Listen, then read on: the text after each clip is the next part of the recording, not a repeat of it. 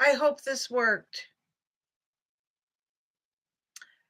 Can everybody see my chaotic mess in that room? What a it's been a little bit of a jar. I have two of me. Good God.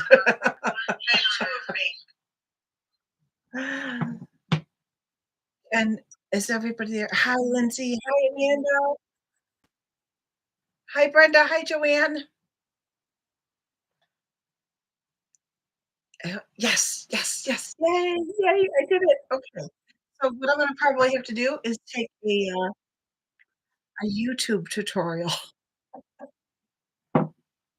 on, look, I'm pulling my hair out, um, on how to do the live stream thing. Anyway, I was sowing seeds and cleaning seeds. Um, is there an echo? Is on your end? Maybe I'll just put mine on mute. There we go. Is there like an echo?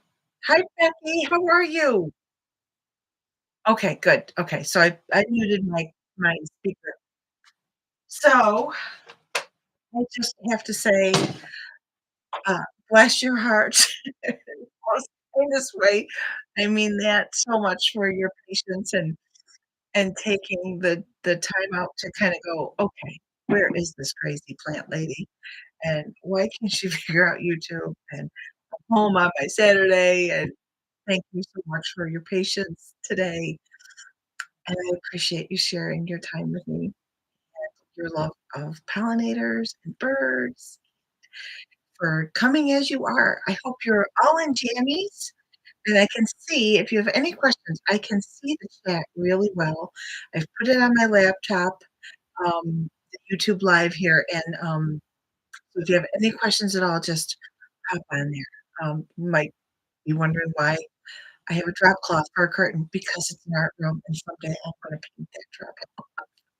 Anyway, I don't get really fancy in my life, and obviously I don't in my art room either. But this is also where I sow my seeds. I have my grow racks in here. It's a very small room, and it's a hot mess. It's a travesty of justice in a way. But I get a lot done, and it's my playroom, like I was 5, so why not? I used to have a cupboard when the kids were little. I used to have this little tiny cupboard, and all my stuff was in there. Hi, Patricia, how are you? Hi, Amanda. Oh, it is very cozy, and it is very well used. George, the cat, has a special spot in here. Um, there's dried flowers over there. If I ever get it to be presentable, I will give a tour of the cat. Anyway, you didn't come here this Saturday to hear about my art room and how I can never get enough painting done. You came here today about a raffle. Yes, I'm so excited about this raffle. We're gonna simmer down on this Saturday. We're just gonna simmer down. Grab your cup. Does everybody have their cuppas? I've switched to decaf coffee. This is me on decaf coffee. It's the excitement of the raffle. Ooh, it's a doozy. I'm so excited. Anyway, so there's a couple things I'm gonna talk about today with you. And again, if you have any questions, pop them in the chat and I will try my best to answer them. If I don't get to them, we will set up a Zoom garden chat group thing that's private that won't be here on YouTube. That will be just private and we can chit chat face to face and talk about all our spring gardening dreams. Spring is now what, 12, 10 days away?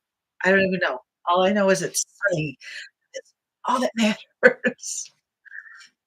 So, if you are new to Lazy Dirt Farm, I'm Melanie, the crazy plant lady, and, yes, the, we are very close to spring. Hang in there, everybody. We might get some more stuff, but that's okay. Things are melting. We're getting past 7 feet of snow on the ground. Um, anyway, I'm Melanie. I am the person behind Lazy Dirt Wildflower Farm. I'm a one-woman show with family backup singers, and, I have 3 acres here in Mexico, New York, that I'm turning into basically a giant bird feeder, one plant, one seed at a time with the help of you, my friends.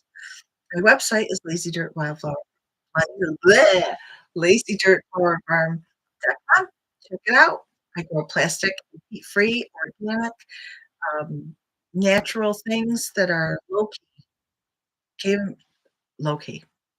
Life is fun enough without making it stressful. So everything's from scratch, using what I have.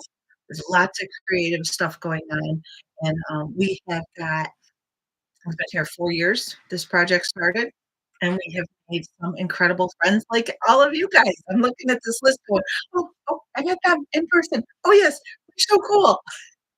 And you've got such beautiful gardens, and I can't wait till you can come in April and May, and you can tell me all about the wonderful things you're doing in your gardens this year. It is the most amazing experience to hear other gardeners, what you're doing for pollinators, and all your creative ideas.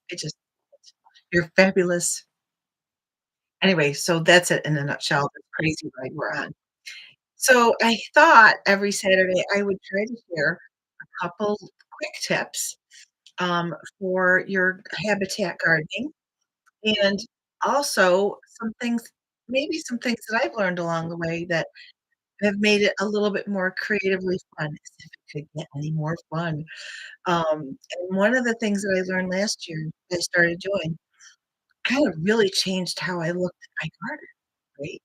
And it was on a fluke, complete whim, and I it's just been so much fun. So I'm gonna share that little flower photography tip with you today.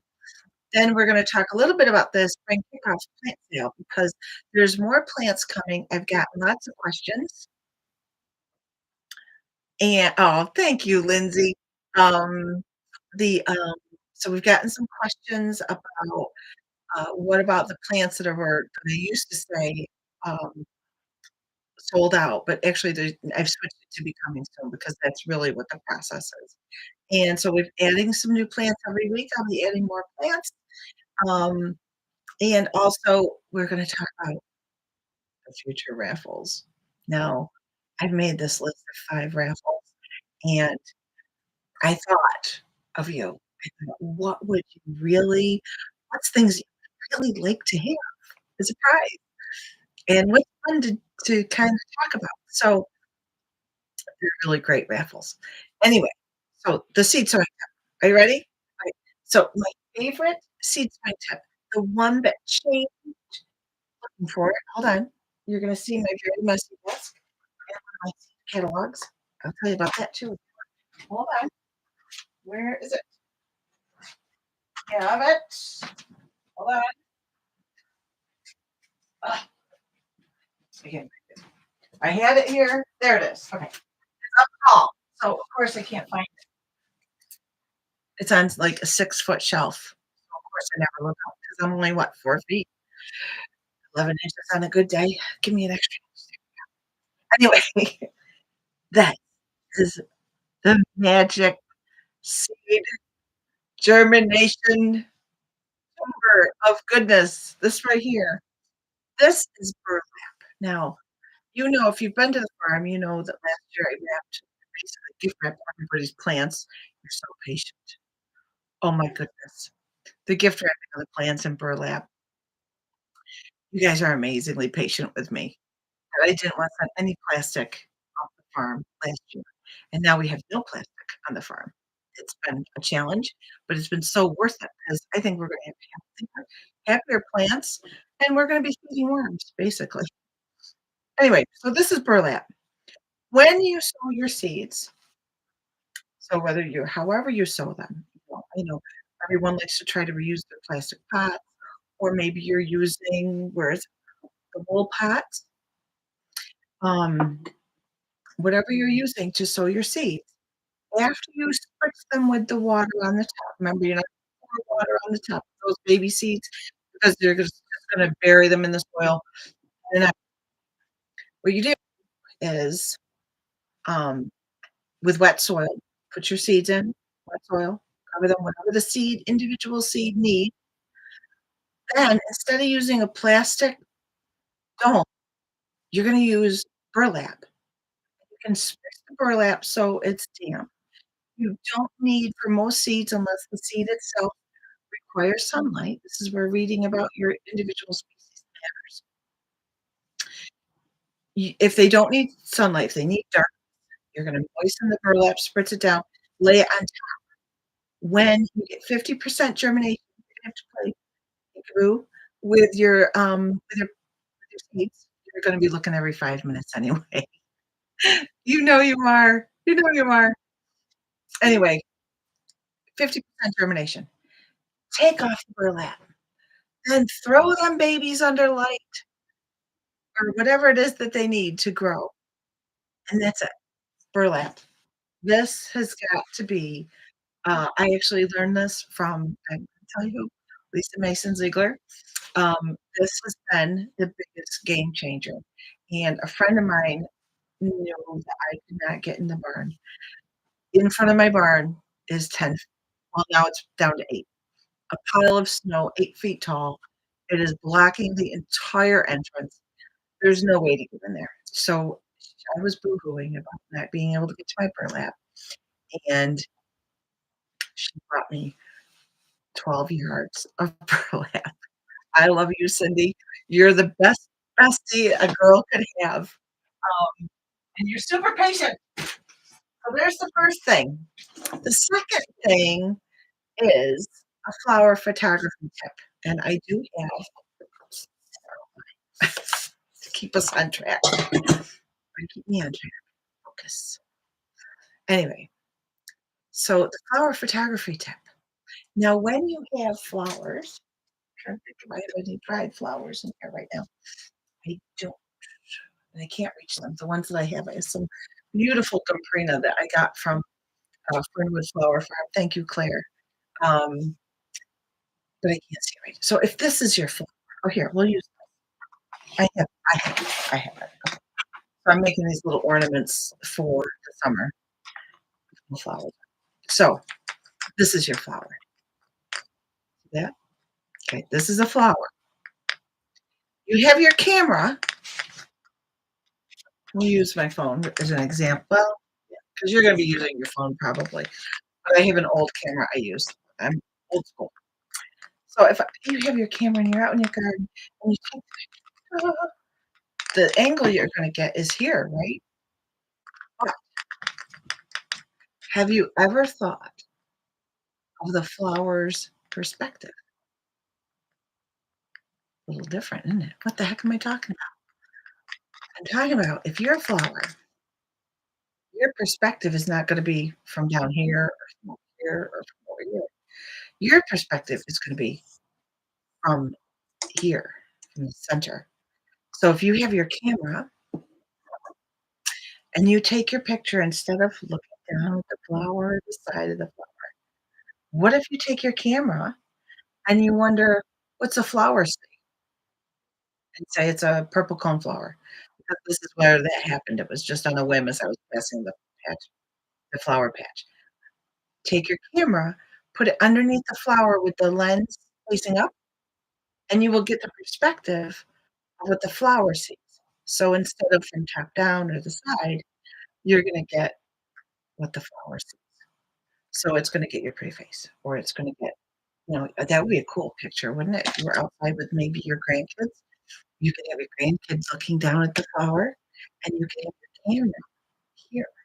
So you get the flower looking at your grandkid. Oh, now that would make a nice photograph. The ones I've taken so far are mostly of the sky, clouds, and one of George, of the George in the foreground, the flower looking at George, the cat. So that's my flower photography tip, is to have fun with it. Don't worry about them being perfect. It's your garden. They're your flowers that you're growing for pollinators. You enjoy them however you want. So that's my best flower photography tip. Have fun with it. In the early morning and evening, they say is the best time. But I say if you're out in your garden at 12 o'clock, 1 o'clock in the afternoon, and you see something beautiful, take the dang picture. Take the picture. Anyway, so the raffle. Here we go. This week's raffle is the Native Blooms box. That's right, I'm giving away a $100 value Native Blooms box. 13 native perennials, all 3, 13, a lot of plants. It's either gonna you can choose farmer's choice where I pick out your plants, or you can just pick them out as you see fit. You can let me know ahead of time, or when you pick it up, I'm at the farm in April or May. So, how does a na what the heck? Other than that, 13 plants, that's not so big deal. These are native perennials. They are, a great way a native blooms box is a great way to, quick start your pollinator garden, especially if you're new to gardening, easy to grow. That, it's also gonna a cool way to help you discover new plants. So you could say, "Hey, Melanie, I got hundreds of coneflower and anesthesia. What do you got this new?" And I can make a whole new little package of 13 plants. And they make a really wonderful gift for someone, especially, obviously Mother's Day, it would be a great gift. But even just like, I'm thinking of you in your garden, and you can do it as a card. I will make you a card for it if it's a gift, and, they're just delightful, and they're fun to pick up because then you get to walk through the gardens, pick out your plants. Now the other raffles coming up in the next week, because 'cause we're gonna do this raffle for the native blooms box. The next raffles are a Lazy Dirt Flower Farm Gardener's Survival Basket. Oh, yes. It's a basket of everything I've learned that I needed to have in order to survive intense gardening pleasure and running out into the garden in the dirt. Um, it includes some things would be a 6-pack of Smucker's root beer, because girls, you're gonna need it. Bengay, some hand cream, some wonderful, gardener soap, and yeah, there's all sorts of cool stuff in there. Can't wait to share that one. The other one is going to be another gift certificate. We're gonna do that, and there was couple more things, but I think I'm gonna keep them sort of a secret. Mhm. I'm gonna keep them a secret. Um, there is definitely another basket that, I'm working on that's really fabulous. The other one is, oh, an autumn's bloomers plant collection. It is all the plants that you wanna sow or grow in spring for fall pollinators. We always tend to forget that, and more on that next week. So those are some of the raffles. The raffles will end on April 12th, so there's a total of 5. So let's get to it. Let's get to it. Now, in the summertime, I have a very cute little 7-year-old who comes over and does this raffle, but she's in so they have to put up with me. And unfortunately, I'm very honest. Yeah, I could do this by computer, I know, but here's the thing. Old school. I have scrap paper. So every day at tea time, I make my tea and I add new subscribers to the bag. All right, ready? Here we go. Ta-da! There's the name. Fix the. Oh my goodness! I know this person. She is one of the first people to show up, and wonderful. A member of the Oswego Garden Club. Sue, you won the raffle. I will email you, and you put your number on here, so I will contact you today. Sue T, I'm gonna say, 'cause I don't like to share names of people who are in the Lazy Dirt gang, um, because of privacy, and we share silly puns and not your information when you subscribe. So, Sue, congratulations! Woohoo! Anyway, so there's more before you all leave and start your wonderful Saturday out in the sun.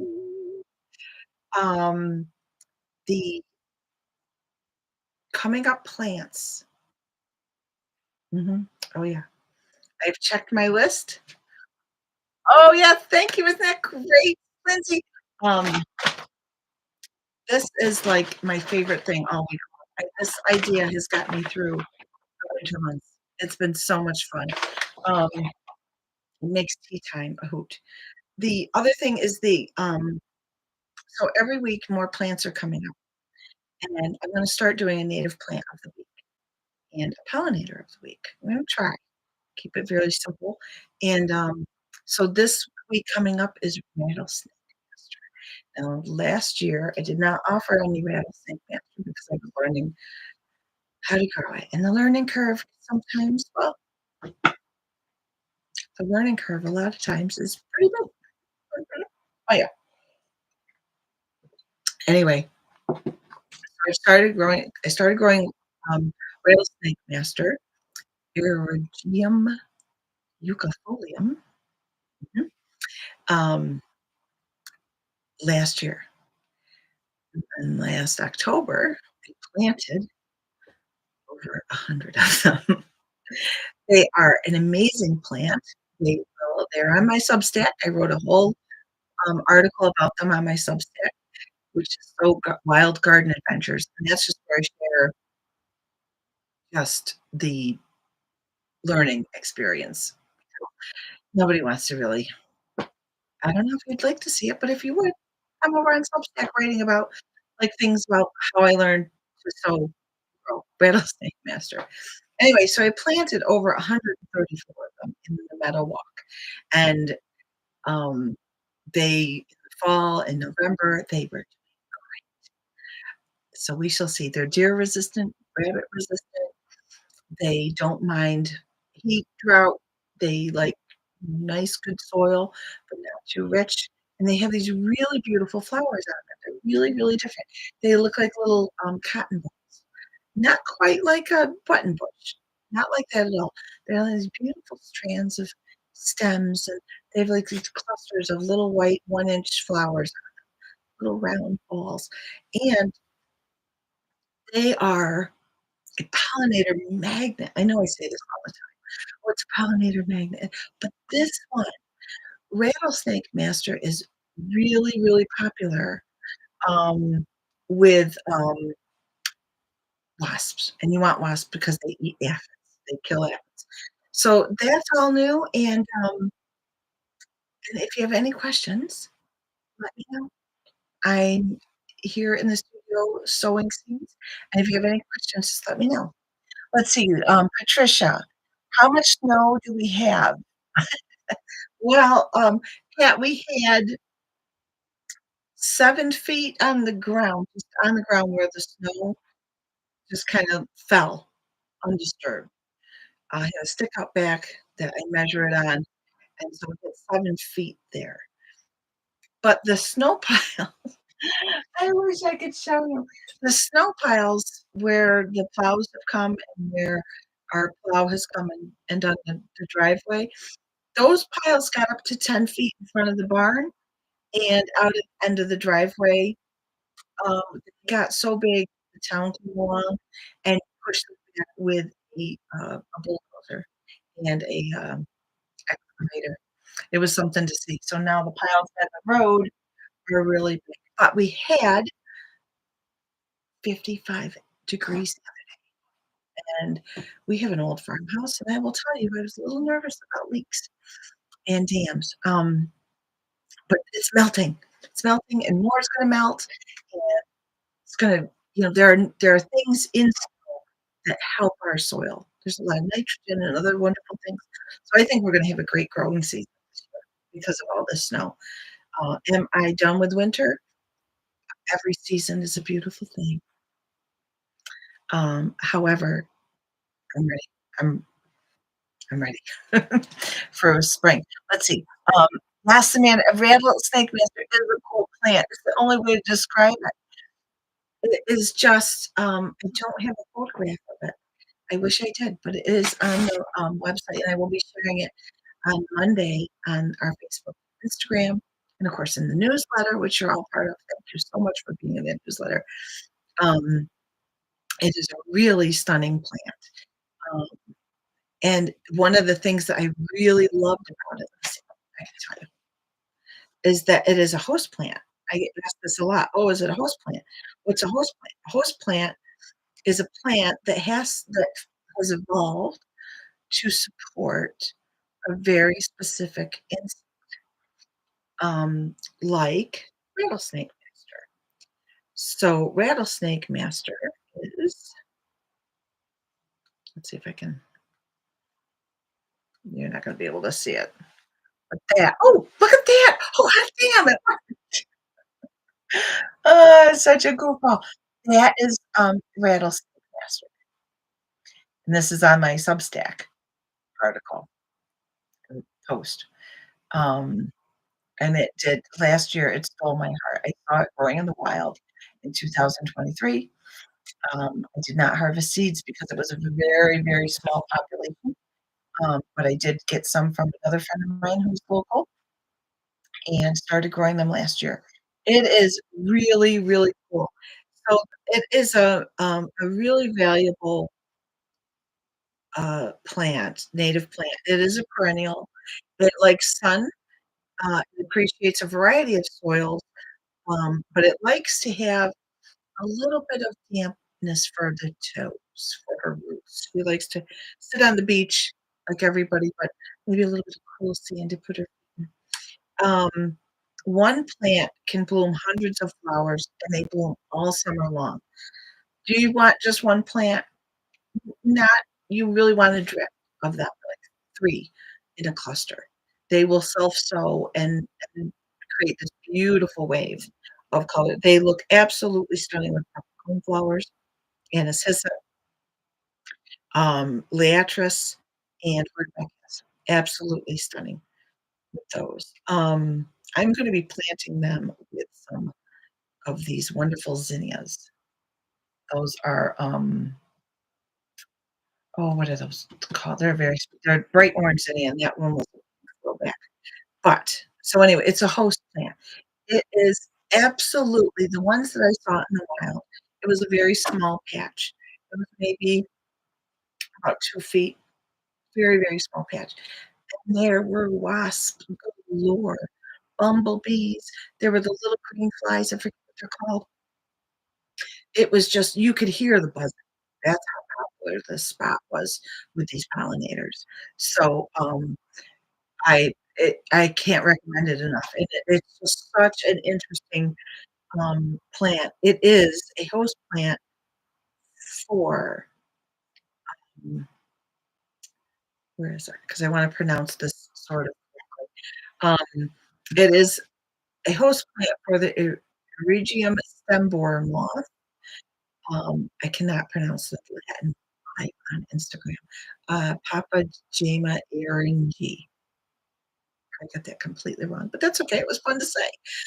Um, and it's a small white moth that actually the Regium stem borer is actually a candidate, is on the endangered species list, and it has to have rattlesnake master or Regium ucifolium to be able to lay eggs on 'em, to feed the caterpillars, and also for, you know, cocoons and nectar. It is completely dependent. If it does not have rattlesnake master, that moth will completely, that's it for that poor moth. So, what can we do? We can,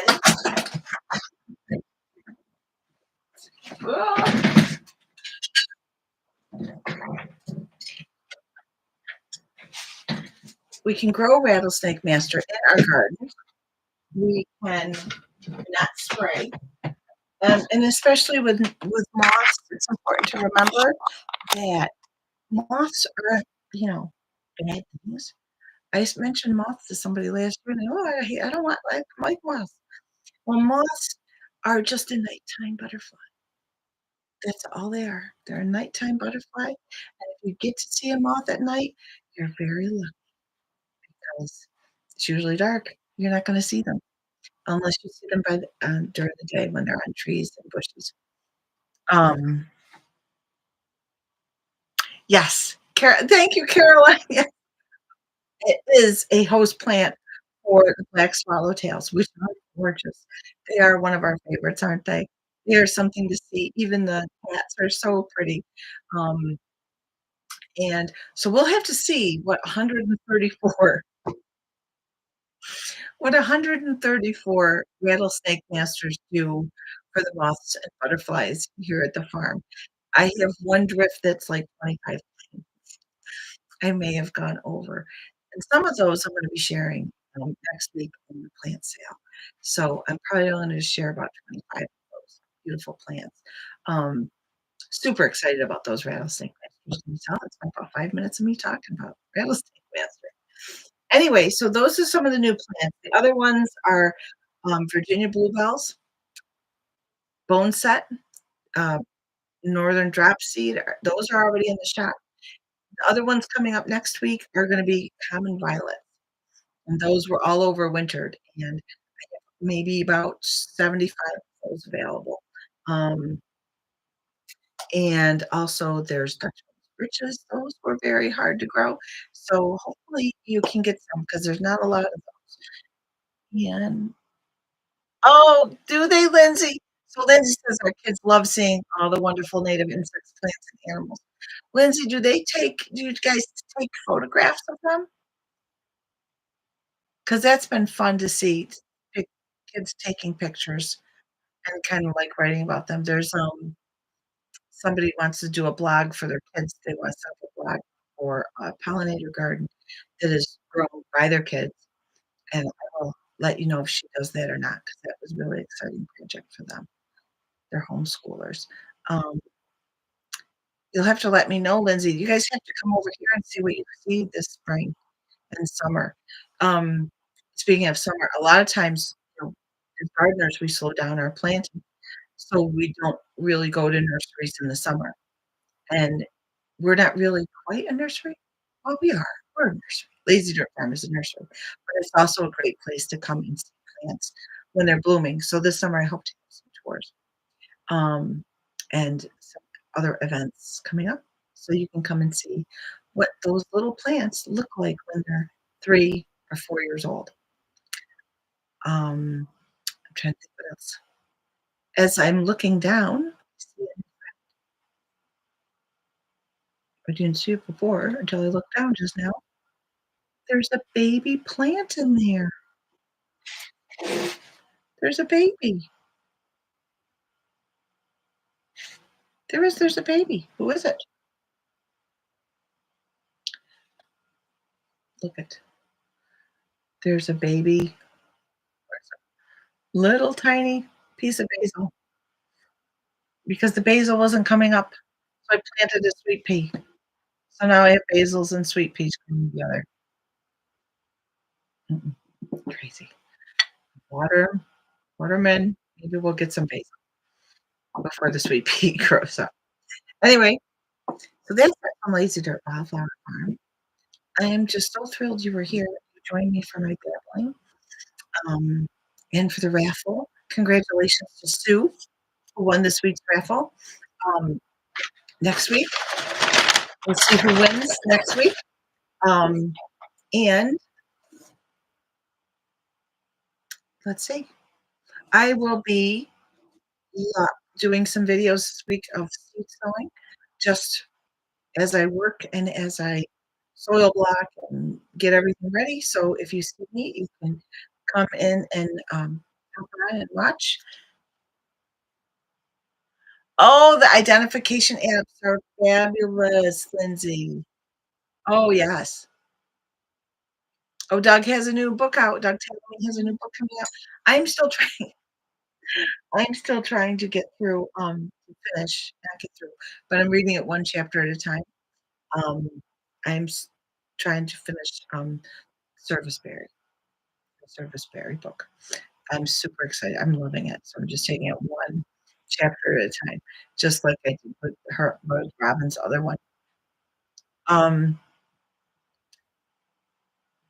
oh, the little clay bottoms for the wool pots aren't really required, but I like them because they hold more moisture, but, a lot of times what I use for my cuttings, like I just did a bunch of geraniums, um, the I use tea saucers. You can find them at thrift stores and all that. Little tea saucers, and they look so pretty. So my geraniums are growing in those. These are amazing. They've been wonderful to use. I also use, a cookie sheet to keep them on, but I put wax paper on it. So I'm rambling now, we're getting off focus. But yeah, thanks, Pat. It is. It's a lot of fun. Anything use what you already have. You don't have to try and you can, if you want to, go out and buy all the things and all the plants and stuff, but I try to use what I already have because, that's creative for me, and I enjoy it. So, old vintage tea saucers, I have plenty because I used to have a tea shop, so I have plenty of those with, mismatched. If you have any questions about your seed sowing or your gardening or native plants for this coming year or, um, or how to clean seeds, which I'm still doing still cleaning seeds that I forgot a box of seeds in December. So I'm having to catch up with that. If you have any questions, seriously, you can send me an email at lazydirtflowerfarm.com, contact us, or you can send me an email at info@lazydirtflowerfarm, and you can also reach me by phone Monday through Saturday from 9 to 5 p.m. Eastern Standard Time at 315-236-8592. But all that is on the website, lazydirtflowerfarm.com. And thanks everybody for joining me and all the great tips that you've put in here. And I hope you all have an absolute wonderful, wonderful weekend in the sunshine, wherever you may be. Cheers and thanks to you. Oh, you're welcome, Joanne. Thanks, Amanda. You have a great weekend. And I will just say that I was going to try to make this short. I had a timer. I had a timer for 10 minutes. Let me focus. But I'm reading through all your comments too.